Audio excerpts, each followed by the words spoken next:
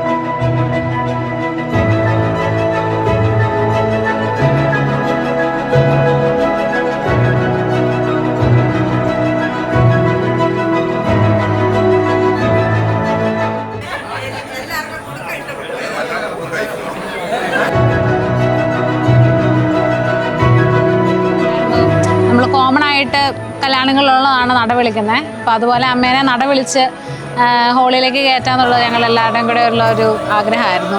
അത് എനിക്ക് തോന്നുന്നു ഒത്തിരി ഒരു ഡിഫറെൻറ്റ് എക്സ്പീരിയൻസ് ആയിരുന്നു.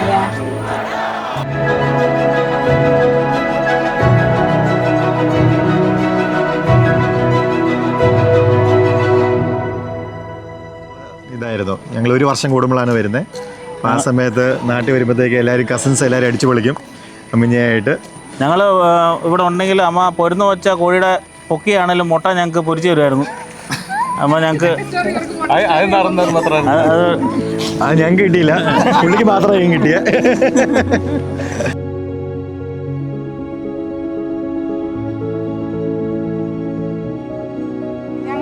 പേരൻസ് അടിക്കാൻ വരുമ്പോഴത്തേക്കും അമ്മ വേണ്ട വേണ്ട അടിക്കണ്ട അടിക്കണ്ട, എന്നിട്ട് ഞാനൊക്കെ അമ്മയുടെ പുറകിൽ പോയായിരുന്നു ഇരിക്കാറുന്നത്. അപ്പൊ അടി കിട്ടുവാണെങ്കിൽ അമ്മ കിട്ടും. 2 മുട്ട പുഴുങ്ങി വെക്കും. അങ്ങനെ ഒരു പ്രാവശ്യം ഞാൻ കളി കഴിഞ്ഞിട്ട് ഞാൻ നേരെ ഉഴവർക്ക് എൻ്റെ വീട്ടിലോട്ട് പോയി. അപ്പോൾ അമ്മ പുഴുങ്ങി വെച്ച മുട്ട ഞാൻ കഴിക്കാണ്ടാണ് പോയത്. അത് പിന്നെ അമ്മ എന്നും പരാതി പറയായിരുന്നു.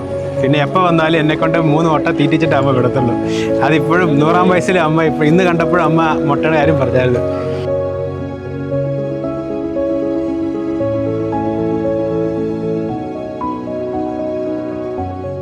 അലീനയുടെ പാട്ട് അടിപൊളിയായിരുന്നു. പാടുന്ന കേട്ടത് എനിക്ക് ശ്വാസം മുട്ടുമായിരുന്നു.